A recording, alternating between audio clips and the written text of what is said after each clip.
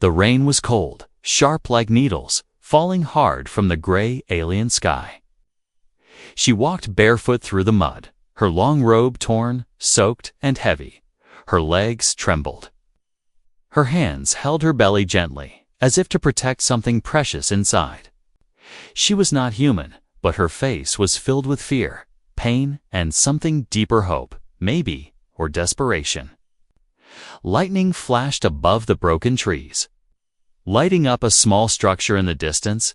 It was a lonely shelter made from metal and old tech. Hidden in the deep forest of the abandoned zone, she forced herself forward, one step at a time, until she reached the heavy steel door. Her hands knocked, then she fell to her knees. Her voice cracked, and she cried out, "Please, I'll bear your offspring. Just don't throw me out." There was silence from inside. The only sound was thunder and the slow dripping of rain from her chin. Then the door creaked open, just a little. A tall man stood, there, human, strong, with a scar on his cheek and tired eyes. He wore a thick jacket, his beard messy, and a weapon hung at his side. He looked down at her, shocked, unsure. "What did you just say?" he asked, his voice rough. She looked up, her eyes glowing faintly in the dark, tears mixing with rain. "I will carry your child if I must," she whispered. "Just don't leave me out here, please." The man didn't speak, not for a long moment. Then he opened the door wider and stepped aside. "Get in," he said, "before you freeze." She crawled inside and collapsed on the floor, breathing fast, shivering hard. The man shut the door and locked it tight. He looked down at her, his face still confused. He had seen many strange things on this planet, but never this, a lone alien girl begging for shelter from a human offering. A child in return. He dropped a blanket over her and said nothing for now. The inside of the shelter was small but warm, powered by an old generator. She sat near the heater, wrapping the blanket around her shoulders. Her skin was a pale blue, glowing slightly where it was bruised. Her fingers were long and thin. Shaking as she held the cup of water he gave her, she drank slowly, as if she had not tasted water in days. "What's your name?" the man asked finally, sitting across from her. She looked at him for a moment, then lowered her eyes. "Sorry," she whispered. "I am, or was, a royal caretaker." He frowned. "Caretaker of what?" She didn't answer right away. Instead, she touched her belly and said, "Of this child." Now, he narrowed his eyes. "Is it mine?" She quickly shook her head. No. I have never met you, I swear." "Then why offer that?" he asked. "Why would you come to a human like this?" She closed her eyes, her voice soft. "Because your kind is the only one left that still hides from them." "Them?" "The elders. My own people. I was chosen as a vessel, but I ran. I wasn't supposed to." "Carry this child." The man leaned back, breathing out slowly. He had heard stories about alien breeding programs, about vessels and genetic purity, but he never thought he'd meet one, especially not on his doorstep. "You'll need rest," he said at last, standing up. "You can stay one night, then we'll talk." She looked up sharply. "Afraid? Will you throw me out tomorrow?" He paused at the door to the small guest room, then said, "I haven't decided yet." That night, as she lay on the thin bed, she stared at the ceiling, unable to sleep. The wind howled outside, and machines hummed in the walls. She thought of the others like her, taken, used, then discarded. She thought of the child inside, her half-made, half-forbidden, fully alone, and she wondered, would this human be the one to end her, or save her? In the next room, the man cleaned his weapon, staring into the fire. He didn't know who she truly was, or why his instincts told him not to trust her. But he also didn't know why he couldn't bring himself to turn her away. There was something in her voice, something broken, something real, something that made him say yes. Outside, a distant drone flew across the trees. Scanning the ground with red light, it paused above the shelter, then moved on. For now, they were safe, but not for long. Sari sat quietly in the small room, her eyes fixed on the warm light of the heater. The human had given her food, water, and a place to rest, but he hadn't smiled once. He watched her like she was a puzzle that didn't fit, like something dangerous left on his floor. She couldn't blame him. She had knocked on his door in the middle of a storm and offered something no one should offer, just to stay alive. Now she was warm, but not safe, not truly. The man, whose name she still didn't know, walked in with a bowl of hot soup and placed it beside her. "You need to eat more," he said simply, then turned to leave again. "Why are you helping me?" she asked suddenly, her voice barely louder than a whisper. He stopped at the doorway, looked back, and shrugged. "Because I don't like seeing people freeze to death," he said. Then added, "Even if they're not exactly people." She wanted to thank him, but the words didn't come. Instead, she pulled the blanket tighter around herself and stared down at her stomach.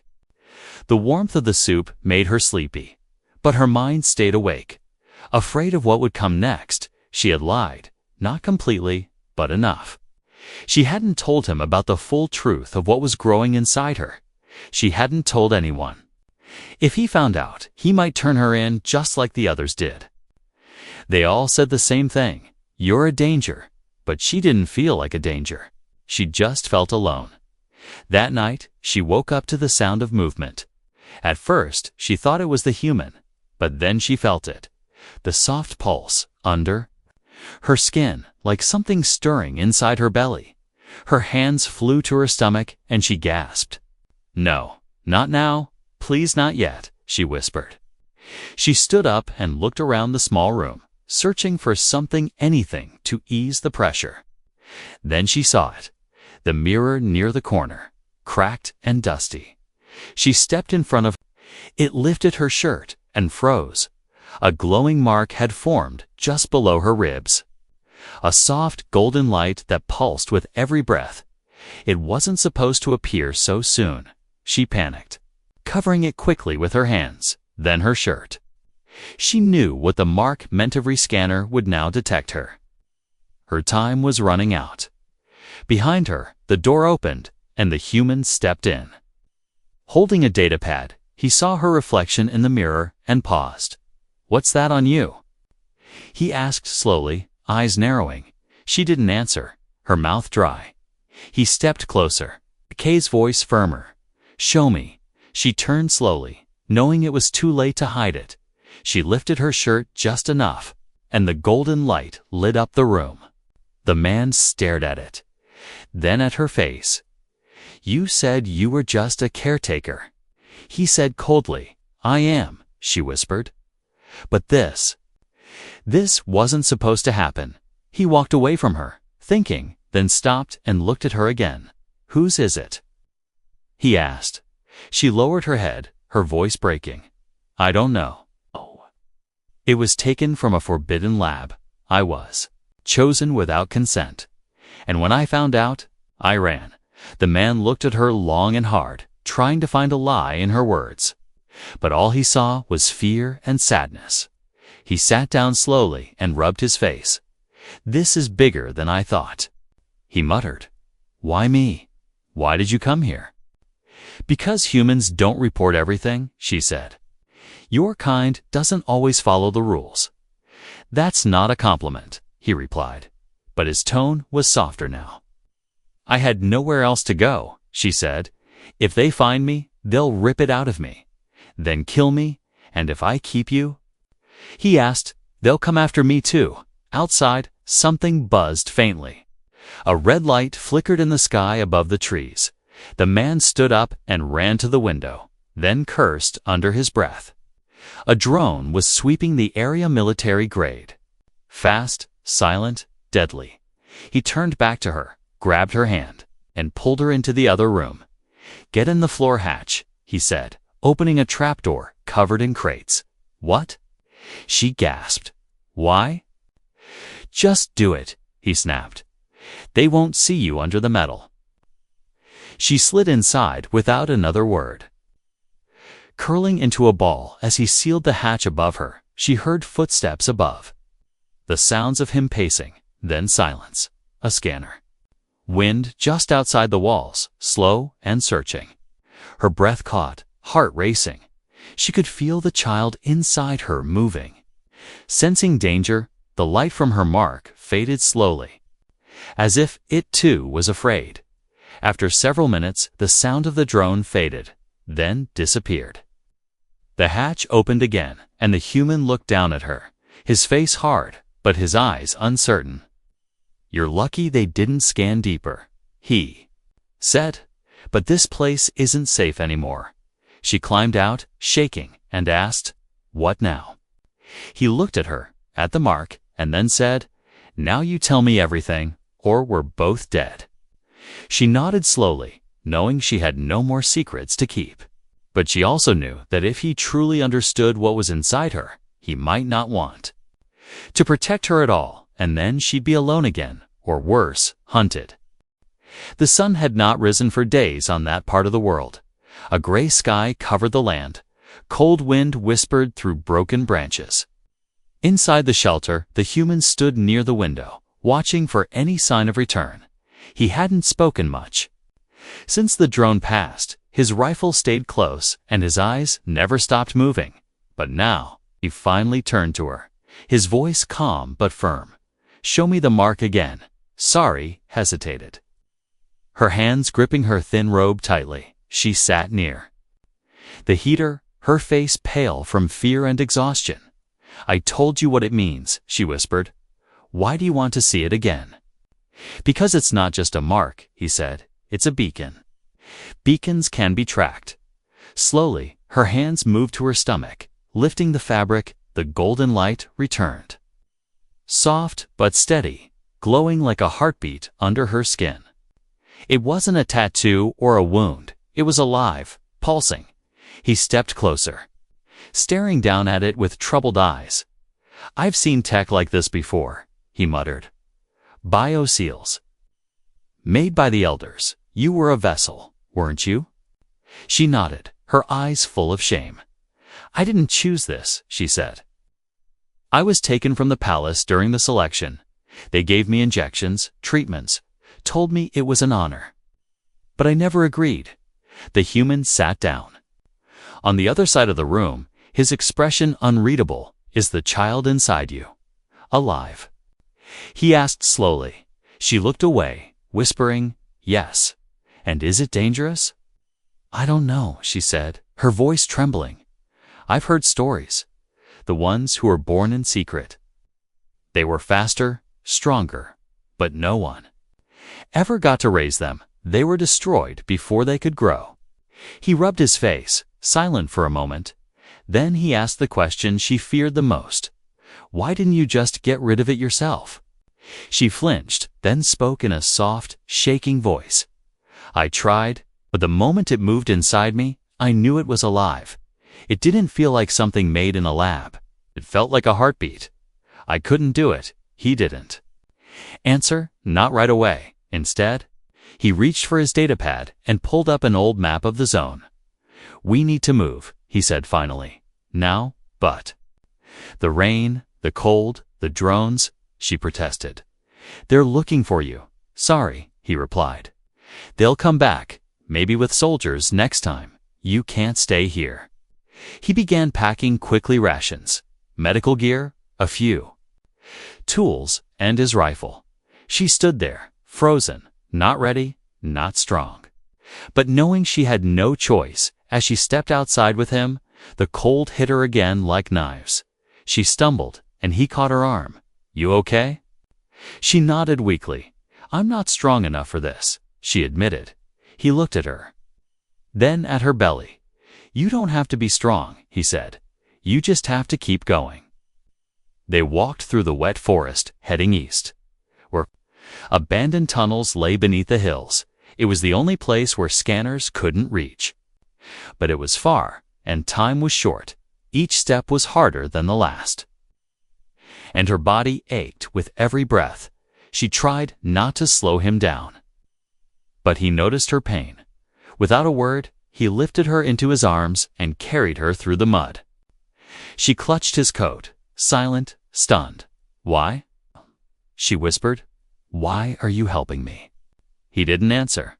Not at first. Then he said, "Because once, someone helped me too." Hours passed, and the sky grew darker. In the distance, they saw movement shadows too smooth. Too fast, he ducked behind a fallen tree, pulling her. Close, 3 bounty drones hovered nearby, scanning the ground with red beams. He pulled out a device from his bag, a small scrambler, and activated it. The beams bent, twisted, and then passed right over them. The drones moved on.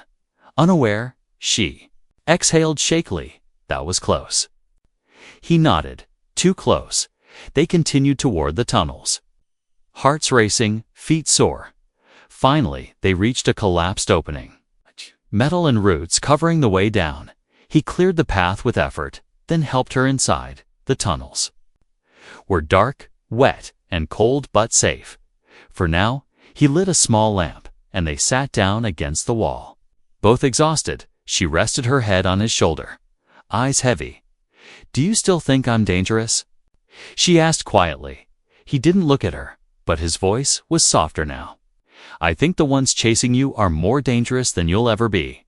Her hand moved to her stomach again, and she smiled faintly. The baby inside kicked once, as if agreeing for the first time since the night she ran away. She didn't feel completely alone, but above them, far away in the sky, a signal was sent. The mark on her skin had glowed too brightly, too long, and something was already tracking it. The tunnels were old and forgotten, made by humans long before the war. Wires hung from the ceiling like spiderwebs, and the walls were cracked and dripping. Their small lamp cast a soft glow as they moved deeper into the underground. The air was heavy, filled with the smell of dust, metal, and something older. She walked slowly, one hand on her stomach. Her breath shaky but steady. He walked ahead, holding his rifle, checking every corner before they turned it. Neither of them spoke much. But the silence was not empty, was full of fear, trust, and something new growing between them. They found a small maintenance room, half buried and cold, but dry. He closed the door behind them and sealed it with a metal bar. For now, they could rest. She sat on the floor, leaning against the wall, her eyes tired but watchful. He checked the supplies, then sat across from her. "You need food," he said. Tossing her a small ration pack, she caught it and smiled weakly. "You keep feeding me," she said softly. "I'm starting to feel human."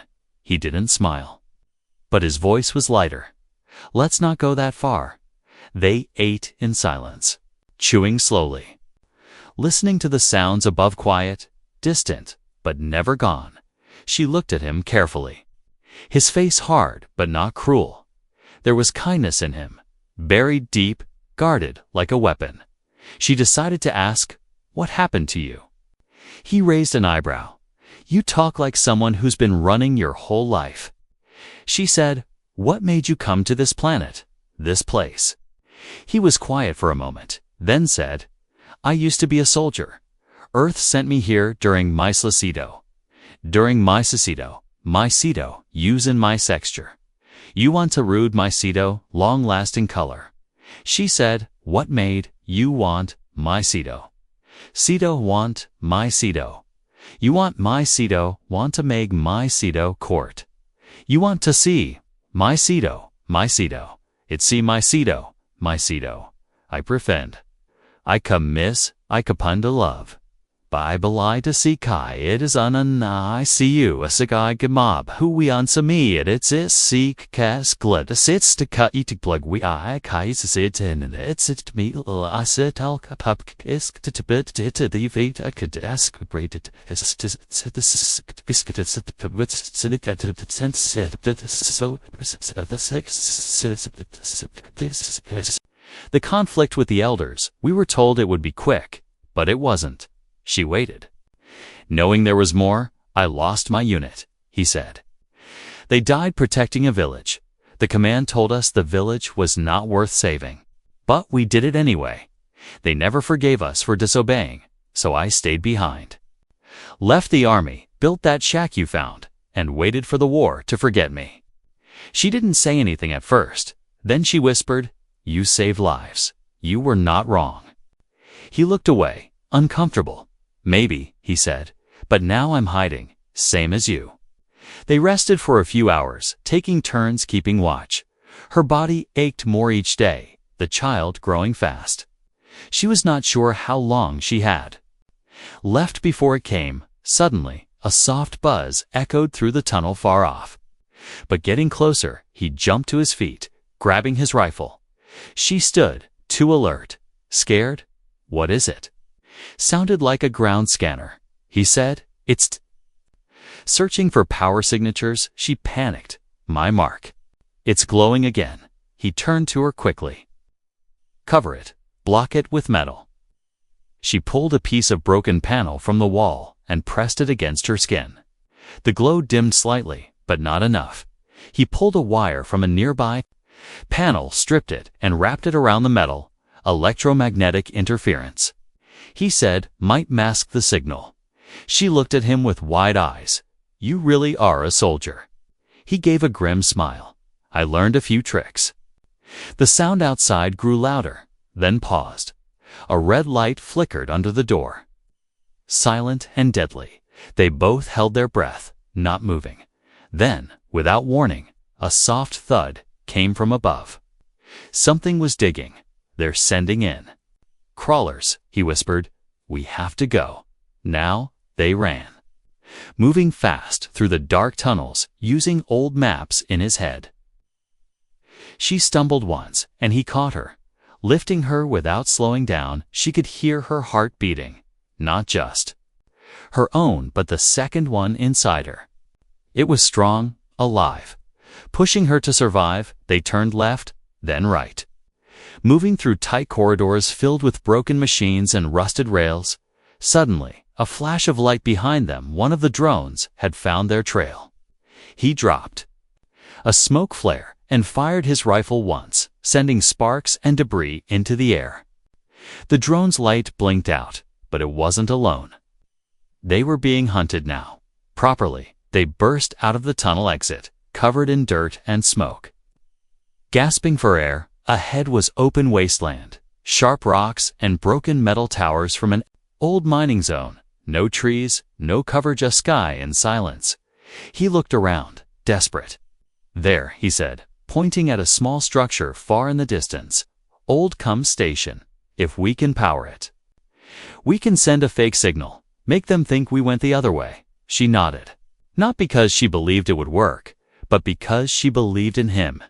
They moved again, fast, stumbling, bleeding, running for something that felt like hope behind them. More drones appeared in the sky.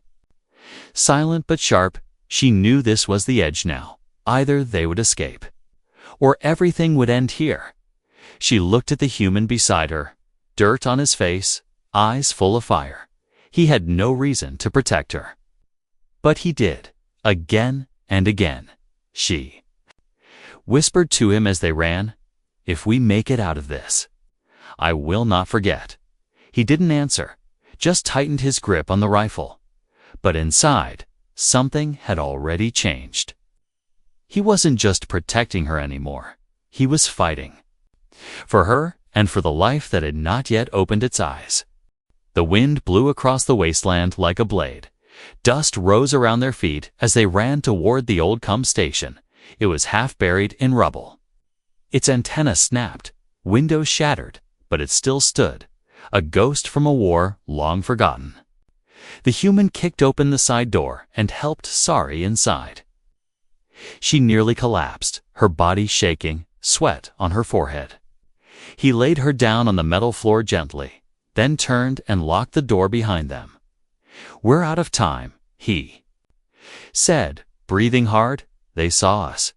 She nodded weakly, her hands trembling on her belly. "They're close," she whispered. "I can feel it." Her skin glowed faintly again, the mark pulsing faster than before.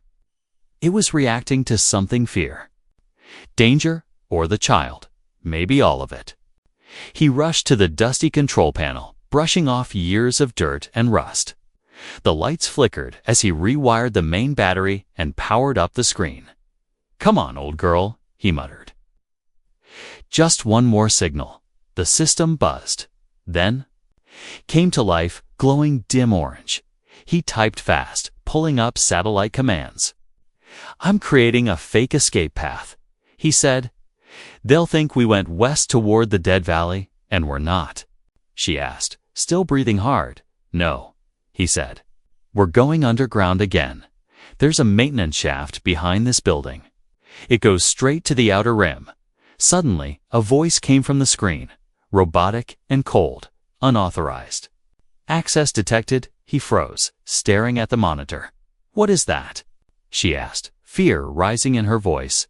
"They locked this system after the war." He said, "Someone's watching." He slammed the keyboard, sending the false signal quickly. Outside, in the sky, 3 drones shifted direction and flew west. But one didn't follow. It hovered above the station, silent and waiting. It had seen too much.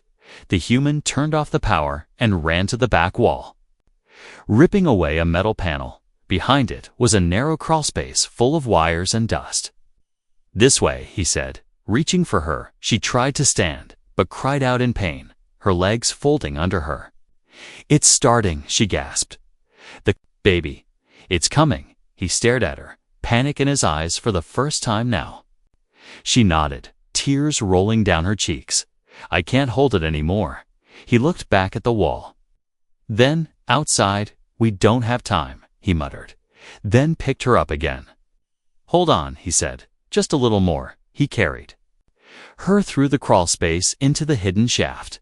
It was cold and dark, but the walls were thick, safe from scanners. They moved slowly, each step heavy, her cries echoing through the tunnel. Blood touched his arm, and he knew they were out of time. "We need a place," he said, scanning the walls with his light. Finally, he saw a small service chamber, dusty but dry. He set her down inside, pulling out a medkit from his bag. "I'm not a doctor," he said, breathing fast. She laughed through her pain, then fake it. She screamed as another wave of pain hit her. He held her hand, whispering, "Breathe, just breathe." Outside the walls, faint thuds could be heard. Boots, machines, metal, they were coming. Slow but steady. He checked the gun, half a charge left. It would not be enough if they found them here. Another scream, another push. She sobbed. "I'm scared." He leaned close, wiped her face, and whispered, "I'm here. I'm not leaving." Minutes passed like hours, and then a soft cry broke through the air. A sound that didn't belong to war, or fear, or pain. A child's cry. He wrapped the small newborn in his jacket, eyes wide in disbelief. The baby glowed with soft golden light, but its skin was not like hers, not like his. It was something else, a new creation, part of both worlds.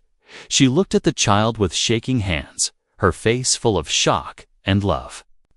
"He's beautiful," she whispered. "And alive." The man nodded, but his face was tense. "That sound. The drones will hear it." He placed the child in her arms, then stood and aimed his rifle toward the tunnel.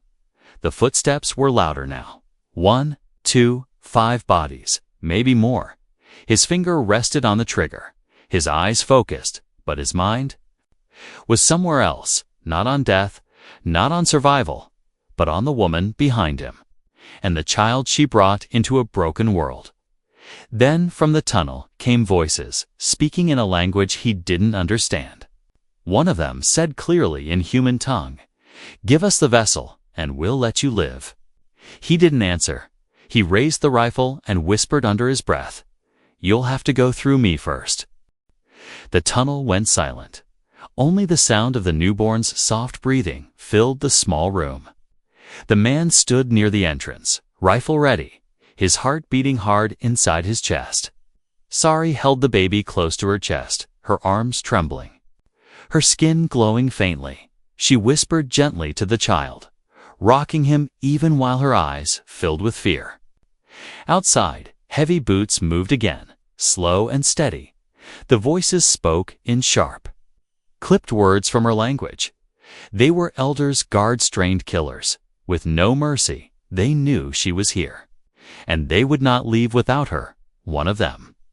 Shouted again, "Human, give her up. She is property of the Royal Labs. That child does not belong in this world." The man didn't move, didn't speak. He just adjusted his grip on the rifle.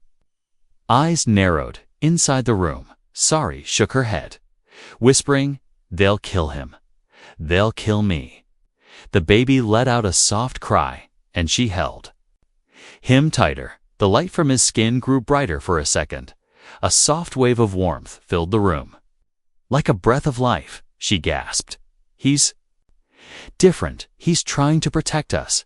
The man glanced back, saw the baby's glow, and something in his mind shifted. This was not just survival anymore. This was something more. He turned back toward the tunnel, took a deep breath, and stepped out. He stood tall in front of the approaching soldiers, 5 in total. Armor dark and shining, faces hidden, weapons ready. "You want her?" he said calmly. "Come and take her." They raised their weapons, but before they could fire, he shot first. One blast hit the wall near them. Bursting sparks and light, the guards split. Taking cover, returning fire, the tunnel shook with each shot. The sound of energy rifles echoing through metal walls. He ducked, rolled behind a support beam, heart racing. His rifle was heating fast. Low on charge, he looked at the last power cell in his belt. One shot, maybe two. Not enough. Inside, Sari placed the baby gently in a wrapped cloth and whispered something in her language. The baby cooed softly, the glow around him steady now. Then she crawled to the door and saw the human fighting. He was bleeding, his shoulder burned from a grazing blast, but he didn't stop. He roared as he pushed forward, using his last shot to drop one of the soldiers. Then he swung the empty rifle like a club, smashing into another's helmet. The others closed in, weapons raised. "No," she whispered. Standing up, she stepped into the tunnel, holding the baby in front of her. The light from the child pulsed again stronger, brighter. The guards paused, shielding their eyes. Then the baby let out a sharp cry, not loud, but deep. The air shimmered, and suddenly a wave of energy burst from the child. The tunnel walls rattled, the lights sparked, and the guards were thrown backward like leaves in the wind. They hit the walls hard and collapsed, their weapons fried, their bodies motionless. The man stared, eyes wide, breathing hard. He had seen explosions, plasma bursts, alien tech, but never anything like that. Sari dropped to her knees, holding the baby close again. Tears ran down her face, but her lips smiled for the first time. "You see now?" she whispered. "He's not a weapon. He's a miracle." The man walked to her side, limping, shoulders still bleeding. He crouched beside her, looking down at the child who had just saved them all. The baby opened his tiny eyes, soft gold, glowing with quiet power. He reached a small hand toward the man's face, touching his beard, and in that moment, the man felt something. Not fear, not confusion, but peace. He nodded slowly, whispering, "We need to leave this place. They'll send more, but we're not running anymore. We'll find a place, somewhere safe." Sari looked up at him, her face soft but strong. "You still want to help me?" He nodded. "I'm not helping you," he said. "I'm staying with you." She held his hand tightly. "Then we'll go together." Outside, smoke rose from the top of the tunnel. More ships would come, more enemies would search, but the three of them, man, woman, child, were no longer just running. They were something new, something dangerous to the old world. They were a family, and the galaxy had just made a powerful mistake. It tried to destroy what it didn't understand. But now, that child was alive, and he would change everything. The smoke from the collapsed tunnel still rose into the gray morning sky. The cold wind swept across the land, carrying the scent of burnt metal and ozone. But deep beneath the surface, in silence, 3 souls moved forwards, lowly but alive. The man carried his rifle on one shoulder, the baby wrapped tight in his coat. Sari walked beside him, weak but standing. Her steps guided by something stronger than fear now. They had escaped the soldiers, but both of them knew it wasn't the end. It was only the beginning. They reached a cracked service lift and climbed it to the surface. The desert above was quiet, broken only by distant sounds of ships searching in the wrong direction. The fake signal the man had sent was still working. It had bought them time, precious time. He looked at the small life in his arms, sleeping softly, a golden glow. Shining through the cloth, the baby wasn't just different, he was powerful. Not like a weapon, not like the technology the elders made. He was something born of choice, not design, and that made him dangerous to the old world, but precious to the new one. "We can't stay on this planet," Sari said softly, her voice still weak. "They'll keep looking. They won't stop." "I know," the man replied. "I have a ship buried near the ridge. It hasn't flown in years, but I can fix it." She nodded. "Then let's leave. Let's go where they can't touch him." They traveled through the wastes, resting in old shelters, eating what little they had left. Each day, the baby grew stronger. And so did Sari. She smiled more now, not because the danger was gone, but because the man stayed true to every word. He never asked for anything, never treated her like a burden. He protected her like she mattered. And for the first time in her life, she believed she did. At night, they sat near fire, under broken skies filled with stars. She would sing soft lullabies in her language while the man repaired the old ship systems. The baby would fall asleep between them, tiny hands reaching for both their fingers. They didn't say it aloud, but all 3 were bound now. Not by blood, but by choice. One evening, while the wind howled outside the half-repaired ship, Sari looked at him. "If you leave me now, I'll understand," she said. "You've done more than anyone." The man looked up, his face lit. "By the soft light of the controls, I told you I wouldn't," he said, "and I meant it. This isn't just your fight anymore. This child, he's part of me now too." She nodded, her eyes full of quiet emotion. "I don't know what the future will be," she whispered, "but I don't want to face it alone." "You won't have to," he said, and reached out, placing a hand gently over hers. They stayed like that for a moment, holding on to the one thing neither had ever been given: peace. When the ship finally powered on, a soft hum filled the air. The engine sputtered, coughed, then came to life. It wasn't fast, it wasn't strong, but it would fly. And that was all they needed.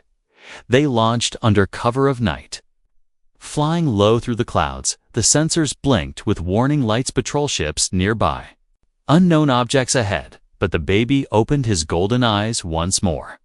And every signal on their ship fell silent. He reached toward the sky, and somehow, the danger passed them by.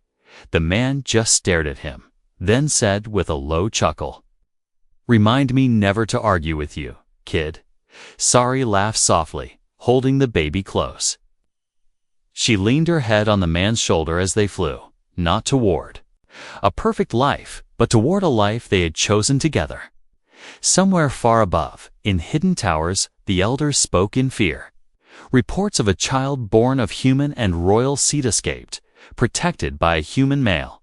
They whispered of the glow, of the impossible birth, and they sent warnings to every fleet. Find the child, destroy the bloodline, erase the future. But it was too late. The child had already survived, and with him, the old world had started to crumble. He was more than just a baby. He was proof that love, trust, and choice could create something beyond control, something they couldn't cage couldn't program, couldn't erase. He was born from fear, but raised by hope, and now? The stars would remember his name, not as a weapon, not as a mistake, but as the beginning of something stronger, something more human, more alive, and in the hearts of a broken alien girl and a tired human man, that future had already begun.